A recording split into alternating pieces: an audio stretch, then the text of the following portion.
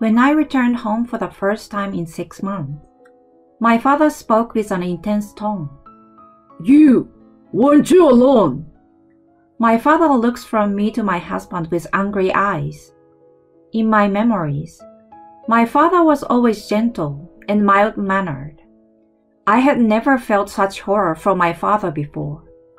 Dad, what on earth happened? I came back after such a long time, and this is how you react? I wonder why he is so angry.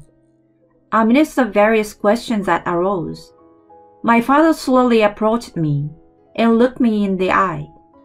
Divorce that man right now. Eh? Dad? Please, just do it. Divorce him. My father's face seemed somewhat sad. At that moment, I had no idea that behind my father's words, there was a surprising truth hidden. My name is Natalie Engel, and I'm 28 years old. After graduating from university, I work at an advertising agency. During my student years, I wasn't very interested in romance. I was dedicated to studying and club activities.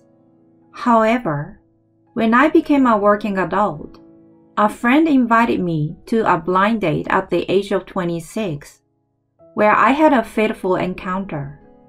It was then that I met Ricky, who was the same age as me. He worked for a very ordinary company, and his annual income was quite average. However, I was drawn to his personality, which was exceptionally kind and accepting of every aspect of me. We exchanged contact information, started going out regularly, and after a year of dating, he proposed. I happily accepted the proposal, and we became a married couple. The other day, it had been exactly half a year since we got married. Even after transitioning from boyfriend to husband, Ricky hasn't changed. He still listens to my stories attentively and treats me kindly, just like during our dating days. However, recently, I've been troubled by something concerning my husband.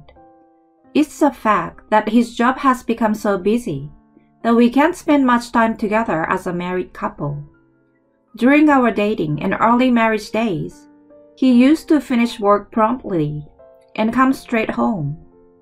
Although there were occasional work-related events or drinking parties, he always informed me in advance, so I never felt anxious.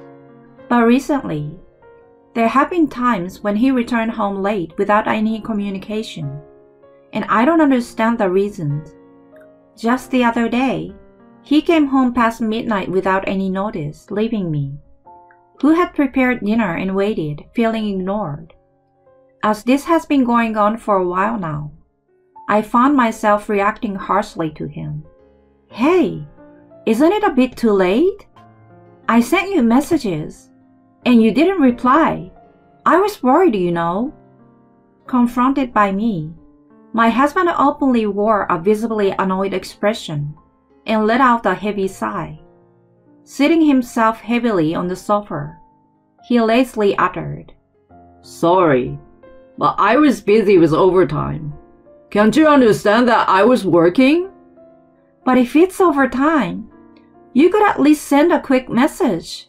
I thought you'd come home like usual, so I was waiting for dinner. You think I had time to send a message?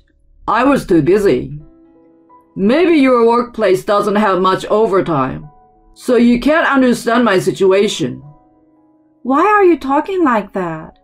I just wanted to bare minimum, a little communication. Were you always this troublesome? I thought you were more understanding. But, overwhelmed by shock, I couldn't say anything more. My husband let out another big sigh and left the living room. As he left, he casually mentioned sleeping separately for a while. And with the slamming of the door, the tense air in the room dissipated. I never imagined my usually gentle husband would use such distancing words. Why? Why would he say something like that? We promised each other before marriage that if there is anything on our minds, we'd talk about it. I just wanted to improve our relationship as a married couple. Why did it have to come to this? Holding back the welling tears, I desperately headed to the bedroom. From that day on, my husband never slept in the same bed. On one particular day, Ricky was absent as he went camping with colleagues on a Saturday. While watching a drama alone at home, my phone rang with the sound of a message. Seeing the words "Mom" on the screen, I felt my heart skip a beat at the long-awaited contact from my mother. "Hello, Mom?" "Natalie, it's been a while. How are you?" "I'm good. It's nice to hear that you're doing well too, Mom."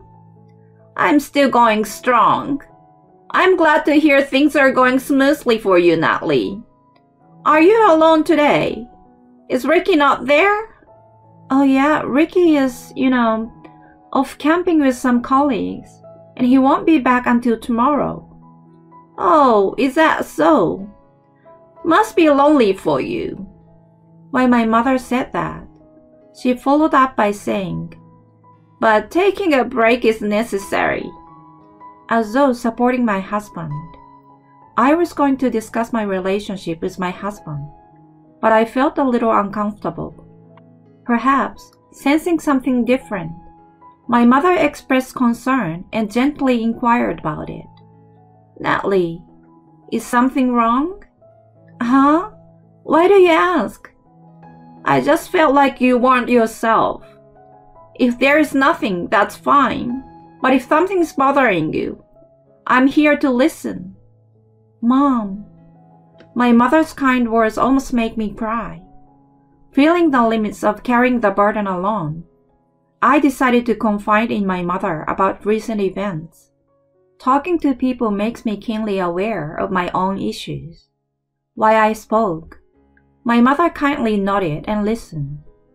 After finishing telling everything, my mother softly murmured, "So that's how it was." Seeing me fall silent, my mother gently said, "Natalie, if it gets too tough, you can always come back home, But since you're a couple, I also think it's important to have a solid conversation with Ricky." "Yeah, you're right. I understand. But Ricky doesn't want to talk to me." "If you decide on a date in advance for a serious talk, it might be better." "A serious talk? A scheduled time?" "Exactly. Your father and I had many clashes, and we resolved them through numerous conversations. It's not about forcing a solution. It's about compromising and working things out to the extent both can manage. That's the key to maintaining a marriage." My mother's words startled me. I realized there is no need to force a resolution to marital problems. It's about discussing and compromising until both parties are satisfied. As soon as I understood that, my heart felt significantly lighter. "Mom, thank you. I will try talking with Ricky once." "Yes, I think that's a good idea. You both are good kids, and you can work things out through conversation." "Yeah, that's true. I'm really grateful I talked to you, Mom." "Your father is also concerned about you, so come and visit us occasionally, okay?" "Of course. I will come back when the timing is right." After ending the call with my mother, I sent a message to my husband. I want to have a proper conversation at once. The reply came the next day, agreeing to talk once he returned from the camping trip. The next day, as I prepared dinner, my husband returned from the camping trip. We had dinner together, took turns taking baths, and when I emerged from the bath, he was engrossed in a video game in the living room. When I asked if we were going to talk, he left a small sigh, clicked his tongue, and turned off the game. "So, what's there to talk about?" We don't need to have some serious conversation, do we? While fiddling with his phone, Ricky opened his mouth without looking at my face. Irritated by his attitude, I took his phone away. What the heck? Why are you messing with your phone when we were supposed to talk? Do you have any idea how I felt waiting for you? It's probably some nonsense about me coming home late, right? Sorry, but talking won't make me come home any earlier. I'm not trying to say that. I just want you to communicate properly with me. I want to spend some weekends going out together occasionally. So it's about that after all. Basically, you want me to set aside more time for you, right? No, that's not what I'm saying. Desperately pleading, I found that my husband had no intention of listening. On the contrary, he visibly became more upset, glaring at me intensely. In the end, that day, the conversation went nowhere, and we reluctantly went to bed in the heavy atmosphere. My heart was on the verge of collapse. A month later, on this day, it was the anniversary of my grandfather's death, so I had to return to my parents' house for the first time in 6 months. Since that day, there had been no improvement in my relationship with my husband, and the car ride was filled with an awkward silence. Despite seeking advice from my mother, nothing had been resolved, and I felt a slight sense of guilt. With a heavy heart, I pressed the intercom button at my parents' house. The door opened, and it was my father who greeted me, not my mother. "Dad, it's been a while." Despite my cheerful greeting, my father just muttered softly. Normally, he would respond with a happy smile, but this time it was absent. "Dad, is something bothering you?" As I pondered this, my father continued to speak. "You want a loan?" Despite returning home for the first time in 6 months, my father's demeanor was extremely stern. With eyes filled with anger, he directed his attention from me to my husband. In my memories, my father was always gentle. Experiencing him in such an intimidating manner was a first. "Dad, what's going on? I came home after such a long time. And why are you so angry?" Amid various questions swirling in my mind, my father slowly approached me and looked into my eyes. "Divorce that man immediately." "Huh? Dad? What's going on all of a sudden?" I didn't want to say something like this, but it's no use. Divorce him quickly. "Wait, Dad! You can't just say something like that out of nowhere." Just do it, please. Get a divorce. His face carried a hint of sadness. I sensed that there was something serious in my father's pained expression. The room fell into a heavy silence, and my mother hurriedly came to the entrance, asking, "What happened?"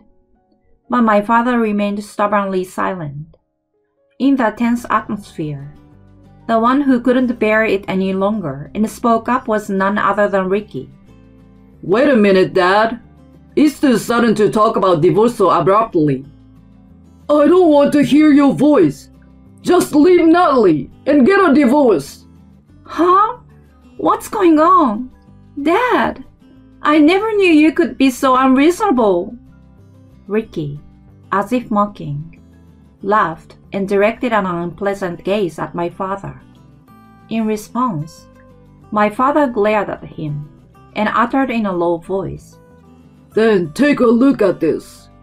Saying so, he handed a brown envelope to Ricky. As soon as Ricky opened it, his eyes widened in shock. Inside were numerous photos, providing undeniable evidence of Ricky's infidelity. In the face of the silence that followed, my father coldly declared, Can you still say something after seeing this? Why do you have something like this? I heard from Natalie's mother about Natalie's concerns. When I heard the details, I found it suspicious. You've been telling Natalie about being busy with overtime, right? Huh? What's strange about that? Didn't I tell you that my acquaintance works in the same company as you? He asked around, and here's what he found out. For about a year now, the company strictly enforces no overtime days. What? My father's words triggered a memory. My father's college friend worked in the same company as my husband. When my father inquired through his friend, he learned that the company strongly promotes a no overtime policy. That's why he found the details I shared with my mom strange. My husband wasn't coming home late due to the overtime or company gatherings. It was all because he was spending time with his affair partner. Certainly, the various excuses he made to be away from home on weekends were probably because of that. The moment I realized this, I felt his emotions freezing up all at once. What's the point of discussing things from the beginning? My husband never had any intention of improving our married life. He prioritized his relationship with his affair partner. I was just a convenient woman for him. Recalling his actions and words so far, anger is simmering within me. Looking at my husband, who paled at the evidence presented by my father, I slowly spoke. Ricky, let's get a divorce. Huh? What are you talking about, Natalie? Is this some kind of joke? The one I truly love is only you, Natalie. If that's the case, then why? Why did you refuse to talk to me? Huh? If you really loved me, you should have been more supportive, right? For a long time, I couldn't feel loved by you, Ricky. No, that's not true. It's just how you felt, okay? I genuinely love you. My husband desperately makes up a lie on the spot. I was beyond angry and dismayed at him. I made it clear to my husband that I no longer felt any attraction to him. Oh, for heaven's sake! I love you? I don't want to hear that lie. If you love me, why did you cheat on me? Why did you refuse to discuss this with me? All because you prioritized your own convenience at the time, right? Because the person you were cheating on me with was more important than me, right? No, Natalie. Let's talk for a moment. We can talk. We can make things right. Huh? You have been ignoring me for so long. What do you want to talk about now? For the record, I don't have anything to say to you anymore, and I don't want to understand you. It doesn't matter whether you're serious or not. The fact that you cheated is a problem. This was the first time I became so emotional in front of my husband. He too seemed completely frozen, witnessing my intense tone.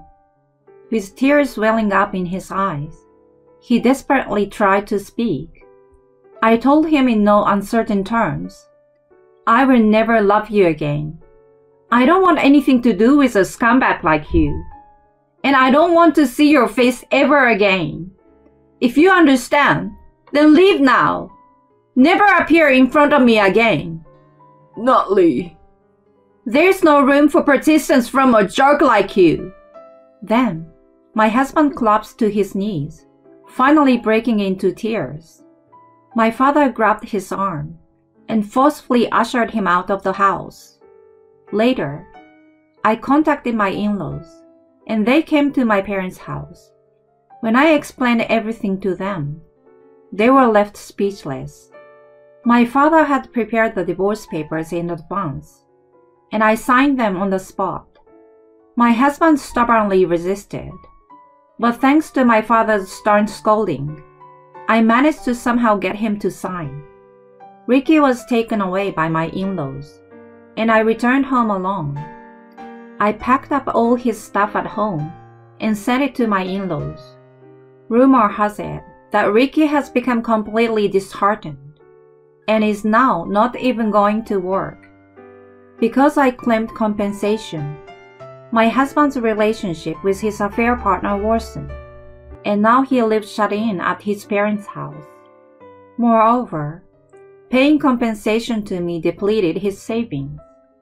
It's only a matter of time before he loses his job at the company. It's easy to imagine that his future is not looking bright. But I don't care anymore. I have decided to make choices that will lead to my own happiness this time. Natalie, how are you? Are you doing well? On the day I moved near my workplace, my father called. I reassured him that I'm doing well. Dad, don't worry. The move went well and I'm fine. Well, that's good to know. Sometimes I think about it. I thought maybe you would have been happier if I had kept my mouth shut. Yeah, that's not true. I'm much happier now because of you. Natalie, yes. I wish for your happiness above all else.